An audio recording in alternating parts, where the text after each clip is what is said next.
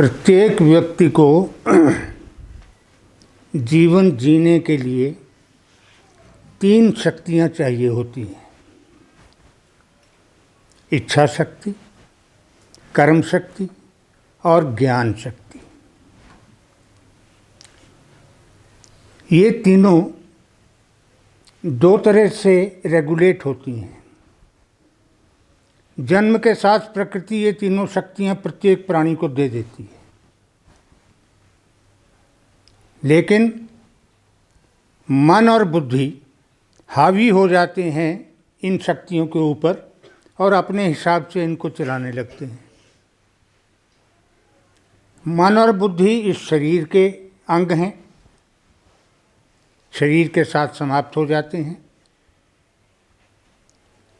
लेकिन अगर इन्हीं शक्तियों को चेतना चला ले, या दूसरे शब्दों में आत्मा चला ले, तो फिर आत्मा तो शरीर नहीं है।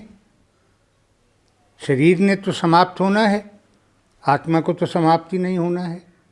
तो जब आत्मा चला लेगी तो ये शक्तियाँ दैवी शक्तियाँ बन जाएंगी, डिवाइन पावर्स बन जाएंगी।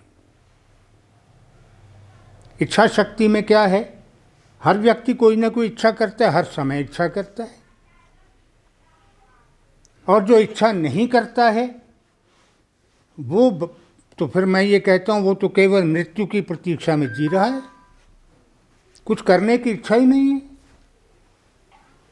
और इच्छा नहीं है तो कर्म भी नहीं है, क्योंकि कर्म तो इच्छा से होगा। और जो लोग अनिच्छा से कर्म करते हैं, बिना इच्छा के कर्म करते हैं, कहते भी हैं मेरा मन तो नहीं मान रहा था मगर मैंने कर दिया। भाई मन नहीं मान रहा था, क्यों कर दिया? या बहुत स्पष्ट भी कई लोग कहते हैं कि जी मेरी आत्मा तो नहीं मान रही थी पर मैंने कर दिया। अब आत्मा नहीं मान रही थी और तुमने कर दिया, तो अनिच्छा से कर दिया। तुम्हारी इच्छा नहीं थी करने की, तो क्यों कर दिया भाई? इच्छा नहीं थी तो कर क्यों दिया?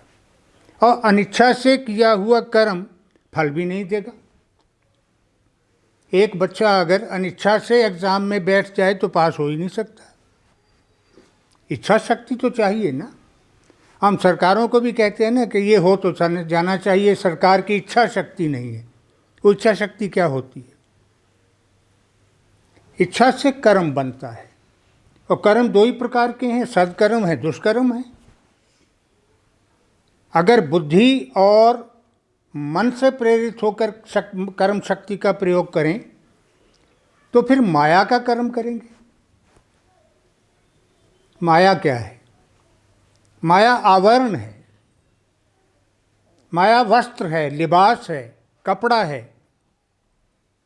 किसका? ब्रह्म का। ना ब्रह्म को माया के बिना समझा जा सकता है, ना माया को ब्रह्म के बिना समझा जा सकता है। तो जिस प्रकार आत्मा, हमारी आत्मा हमारा शरीर छोड़कर दूसरा शरीर धारण कर लेती है, वो माया और ब्रह्म में नहीं होता कि माया अपना शरीर छोड़ दे और फिर नया ब्रह्म पैदा हो, ऐसा नहीं होता है। लेकिन माया को समझना बहुत ज़रूरी है। माया ही तुम्हारा ये शरीर है, और अंदर जो आत्मा पड़ी है वो अनश्वर है, उसकी मृत्यु नहीं होनी है, कभी समाप्त नहीं होना है उसको। शरीर को सीप समझ लो, आत्मा मोती है जो सीप के अंदर पड़ा हुआ है। लेकिन मोती हर बूंद नहीं बनती है। वर्षा की हर बूंद जो सीप के मुंह में चली जाती है मोती नहीं बनती है। मोती वही बूंद बनती है जो स्वाति नक्षत्र में चली जाती है। अब स्वाति नक्षत्र जीवन में क्या है? उसका नाम है ध्यान, मेडिटेशन। मेडिटेशन में जो जल बरसेगा वो बूंद अगर तुम्हारे शरीर की सीप में चली गई तो मोती बनकर निकलेगी। और अगर वो नहीं है तो फिर माया है, फिर बारिश होती रहे, सीपी का मुंह खुलता रहे, उसमें बूंद पड़ती रहे, मोती नहीं बनेगी। तो माया और ब्रह्म दोनों को अगर हम समझ लें तो फिर ये बात भी समझ लो कि ब्रह्म बाहर कहीं नहीं है, ब्रह्म तुम हो। ध्यान से समझ लो मेरी बात। ब्रह्मत्व तो तुम्हारे अंदर पड़ा है, उसको जगा लो तो ब्रह्म बन गए। बादल आकाश से भिन्न दिखाई देता है, लेकिन वो होता तो आकाश ही है ना। लेकिन बादल दिखाई तो देता है ना अलग से, आकाश भी दिखाई दे रहा है। तो बादल और आकाश एक ही चीज़ हैं, लेकिन दिखाई अलग दे रहे हैं। तो तुम और ब्रह्म भी एक ही हो, भिन्न दिखाई दे रहे हो। तुम अपना ब्रह्मत्व बना लो। बादल जब आकाश में फिर मिल जाता है जाके, जिसको हम कहते हैं बादल छट गया, तो जब छट जाता है तो वो कहीं धरती पर तो नहीं आता ना, फिर आकाश में कहीं गुम हो जाता है, आकाश ही बन जाता है। उसी प्रकार मनुष्य अगर ध्यान के मार्ग से ब्रह्मत्व को जगा ले तो ब्रह्म ही बन जाएगा, और फिर आत्मा नया आवरण, नया कपड़ा नहीं ढूंढेगी, ये अंतिम लिबास हो जाएगा। जब ये चेतना आ जाए कि मुझे आत्मा को अब बार बार वस्त्र बदलने नहीं देना है, तो फिर इन शक्तियों को दैवी शक्तियों की तरह जगाना होगा। इनमें जो दिव्यता है तीनों शक्तियों में, इच्छा शक्ति, कर्म शक्ति और ज्ञान शक्ति में, ये दिव्यता सोई हुई है। इस दिव्यता को जगाना पड़ता है। तुमने गाड़ी चलानी सीख ली, इतने से काम नहीं चलेगा। तुम्हें यह भी मालूम होना चाहिए कि तंग गली में से गाड़ी निकालनी कैसे है। तुम्हें यह भी मालूम होना चाहिए भीड़ भाड़ वाले बाजार में से कैसे निकालनी है। तुम्हें यह भी मालूम होना चाहिए ओवरटेक कैसे करना है, किसी को कैसे निकलने देना है। जब तक ये सब, और ट्रैफिक रूल्स क्या हैं, जब तक ये सब नहीं सीखोगे तब तक तुम्हें गाड़ी चलानी आई नहीं। तो ध्यान जो है वो तुम्हारे अंदर खोदता है।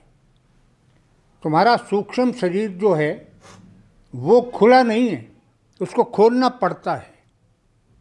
जैसे गाड़ी चलाना सीख लिया तो फिर गाड़ी चलाने के आगे के जो कर्म हैं वो सीखने पड़ते हैं। उसी प्रकार सूक्ष्म शरीर का अध्ययन भी करना पड़ता है।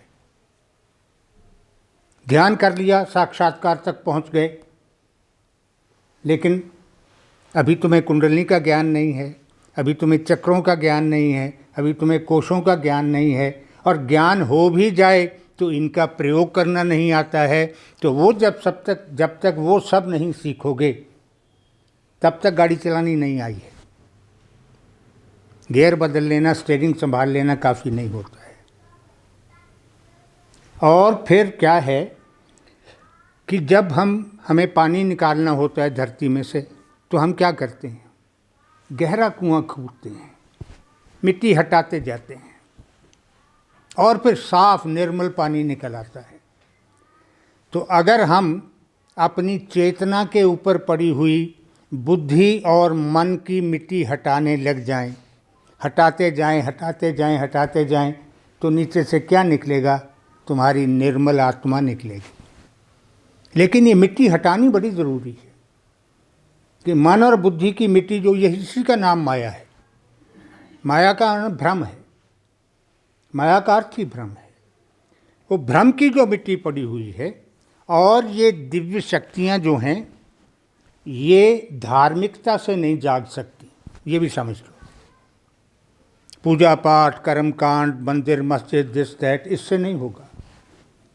क्योंकि धार्मिक कर्म जो हैं वो बाह्य कर्म है, आउटर फंक्शंस हैं। मेडिटेशन जो है, ध्यान जो है, वो आंतरिक कर्म है, अंदर का कर्म है।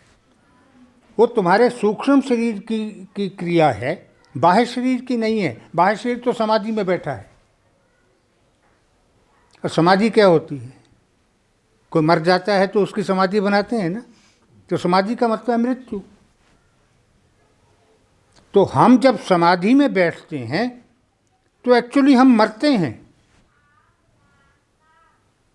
हमारी समाधि बन जाती है।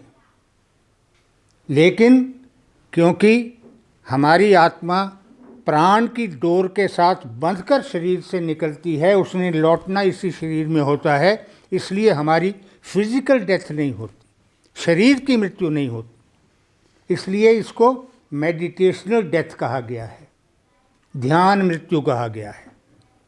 और अगर ध्यान में तुम्हारी मृत्यु नहीं हो रही है तो फिर कहीं कोई कमी है, उस कमी को दूर करो। मृत्यु का अर्थ क्या है? सेंसेस का समाप्त हो जाना, इंद्रियों का शांत हो जाना, पता ही ना हो मैं कहाँ बैठा हूँ, कब से बैठा हूँ, क्या कहाँ हूँ। जब ये होगा, इसी को शून्य समाधि कहते हैं, नो माइंड स्टेज। जब तुम इस अवस्था को पहुँच जाओ कि पता ही नहीं कहाँ हूँ, न शरीर का बोध है, न समय का बोध है, न स्थान का बोध है, तब तुम्हारा सूक्ष्म शरीर खुलता है। फिर तुम्हारे सूक्ष्म शरीर के अंग काम करते हैं। फिर तुम्हारे सूक्ष्म शरीर के अंदर जो चेतना पड़ी है, वो चेतना तुम्हारा मार्गदर्शन करने लगती है। वो तुम्हें कोई ऐसा काम नहीं करने देगी जिससे तुम्हारा कर्मबंध बनता हो। शरीर कर्मबंध बनाने के 100 काम देगा, आत्मा कोई एक काम भी ऐसा नहीं देगी जिससे कर्मबंध बनता हो। तो आत्मा को जगाना, आत्मा को सुनना, आत्मा के साथ संवाद करो। तुम्हारी आत्मा बोलती है, उसको बुलाओ, बोलेगी। ऐसा नहीं है कि नहीं बोलेगी। और जो लोग अनजाने में भी कह देते हैं कि आत्मा ने तो मना किया था, मैंने ये काम कर दिया, तो बोली थी ना आत्मा, आत्मा ने कहा था ना मत करो। तो अगर वो तब बोली थी तो उसको रोज़ बुला लो, हर कर्म में बुलवा लो, पूछ लो क्या करें क्या नहीं करें। और जब आत्मा के कारण तुम्हारी दिव्यता जाग जाएगी तो फिर आत्मा से भी पूछने की ज़रूरत नहीं है, फिर सब कुछ ऑटोमेटिक हो जाएगा। क्योंकि तुम बुद्धि और मन की चपेट से बाहर निकल आओगे। बुद्धि भटकाती है। अब रही तुम्हारी ज्ञान शक्ति की बात। जानकारी ज्ञान नहीं होती। अगर तुम्हें पता है कि दुनिया में कितने देश हैं और हर देश का प्रेसिडेंट कौन है, प्रधानमंत्री कौन है, ये तुम्हारा ज्ञान नहीं है, ये तुम्हारी इन्फॉर्मेशन है। इसको नॉलेज कह लो ज़्यादा से ज़्यादा, लेकिन ये ज्ञान नहीं है। ज्ञान विजडम होता है, नॉलेज नहीं होता है। विजडम, और विजडम दिव्य है। अगर तुम्हें बोध है कि मुझे अब अगला जन्म नहीं लेना है तो ये ज्ञान है, ये इन्फॉर्मेशन नहीं है। और धर्म जो है वो दिव्यता नहीं जगा सकता। कोई धर्म हो,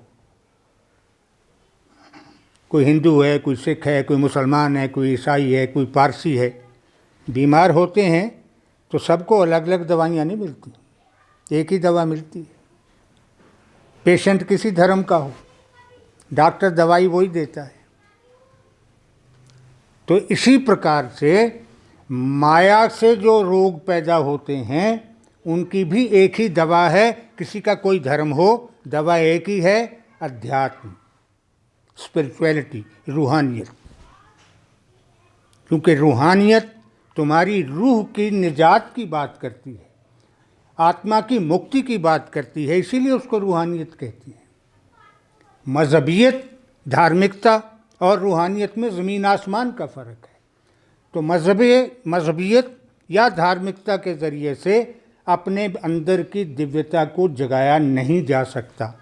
केवल अध्यात्म या रूहानियत के ज़रिए से ही अपनी आत्मा, अपनी जीवन को सफल बनाया जा सकता है और अपने उद्देश्य की पूर्ति की जा सकती है, प्राप्ति की जा सकती है। इसलिए मैं बार बार समझाता हूँ, धर्मों के चक्कर में मत पड़ो। धार्मिकता जो है वो, मैं कई बार कह चुका हूँ, धार्मिकता जब एक सीमा पार कर लेती है तो धर्मांधता बन जाती है, रिलीजियस ब्लाइंडनेस बन जाती है। फिर ये होता है कि मेरे धर्म के अलावा और कोई धर्म मुझे दिखाई न दे कहीं, और अगर है तो उसको मार लो या अपने धर्म में कन्वर्ट कर लो। ये धार्मिक अंधता है। वो कहाँ जाके पहुँचेगी? और अध्यात्म जो है वो तो संसार की बात ही नहीं करता, वो तो तुम्हारे अंदर के जगत की बात करता है। तो अंदर अपने कुआं खोदने की तरह से मन और बुद्धि की मिट्टी को हटाते चले जाओ, तो फिर निर्मल स्वच्छ पानी निकलेगा, जिसकी हर व्यक्ति को तलाश है, लेकिन हर व्यक्ति के भाग्य में शायद नहीं है। इसलिए कि माया लुभावनी इतनी है कि बार बार दृष्टि फिर माया की तरफ ही लौट के चली जाती है। इस दृष्टि को अगर साध लो, वश में कर लो, तो फिर माया का आनंद भी लो और सूक्ष्म शरीर का आनंद भी लो।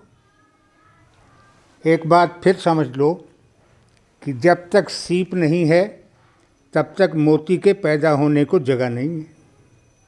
जब तक तुम्हारे पास शरीर नहीं है तब तक तुम्हारी आत्मा को रहने के लिए जगह नहीं है। इसलिए सीप का महत्व भी है, अंदर पड़े मोती का महत्व भी है। दोनों का बैलेंस करके रखना है, तवाज़ुन बना के रखना है, संतुलन बना के रखना है। ना शरीर की कॉस्ट पे ध्यान करो, ना ध्यान की कॉस्ट पे शरीर को चलाओ। दोनों का बैलेंस करके चलो तो जीवन सफल होगा और तुम अपनी दिव्यता को जगाकर ब्रह्मत्व की तरफ चल पड़ोगे, और चाहो तो इसी ब्रह्मत्व को पकड़ के एक दिन स्वयं ब्रह्म बन सकते हो।